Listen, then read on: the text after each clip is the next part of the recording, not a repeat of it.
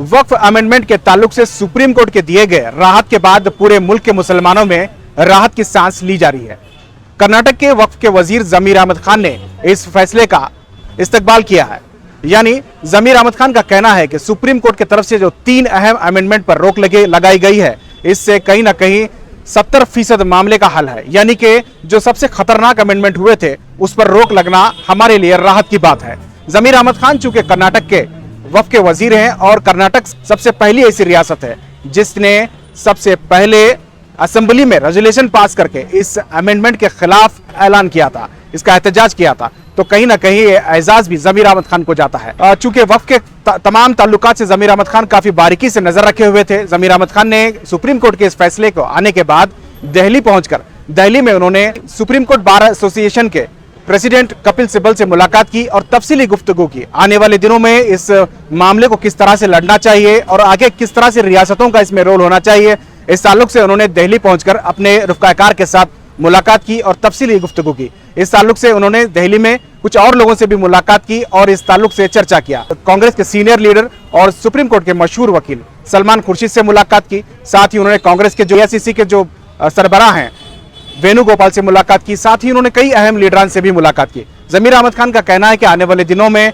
Supreme court पर उन्हें भरोसा है कि उन्हें यानी कि मुसलमानों को एक इंसाफ मिलेगा। जमीर अहमद खान दिल्ली पहुंचकर अपने साथ कर्नाटक हुकूमत के additional advocate general Ismail Zabiullah और कर्नाटक वक्फ बोर्ड के साबिक चेयरमैन अनवर पाशा और धारवाड़ अंजुमन इस्लाम के सदर इस्माइल टमटगर के साथ उन्होंने वहां पहुंचकर अपने वफद के साथ उन्होंने मुलाकात की है।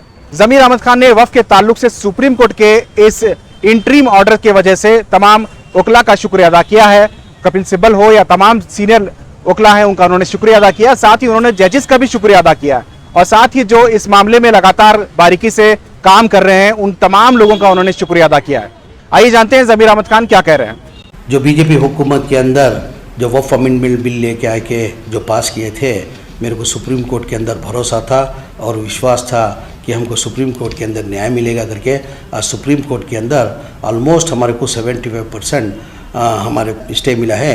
मैं तमाम हिंदुस्तान की 20 करोड़ आवाम की तरफ से मैं तमाम जजेस को दिल की गहराई से मैं शुक्रिया अदा करता हूँ। ऑलमोस्ट 70% रिलीफ मिला है। जैसे कि वक्फ यूज़र के लिए स्टे मिला है, जो नॉन मुस्लिम मेंबर जो इंक्लूड होना था उसके लिए स्टे मिला है, जो DC को जो पावर दिया गया था उसके लिए स्टे मिला है। तो मैं तमाम सुप्रीम कोर्ट के जजेस को 20 करोड़ आवाम की तरफ से मैं दिल की गहराई से शुक्रिया अदा करता हूँ। उसके साथ में जो दिल्ली के जो है सीनियर काउंसिल जैसे कि हमारे कपिल सिब्बल साहब का भी मैं दिल की गहराई से शुक्रिया अदा करता हूँ। सलमान खुर्शीद साहब का भी मैं दिल की गहराई से शुक्रिया अदा करता हूँ। अभिषेक सिंघवी साहब का भी मैं दिल की गहराई से शुक्रिया अदा करता हूँ। तब राजू धवन साहब का भी मैं दिल की गहराई से शुक्रिया अदा करता हूँ। ज़ेफा हामद साहब का भी दिल की गहराई से शुक्रिया अदा करता हूँ। उसके साथ साथ में कर्नाटका से additional advocate general Ismail Zabiullah साहब का भी मैं दिल की गहराई से शुक्रिया अदा करता हूँ और उम्मीद रखता हूँ आने वाले दिनों के अंदर सुप्रीम कोर्ट के अंदर हमको न्याय मिलेगा करके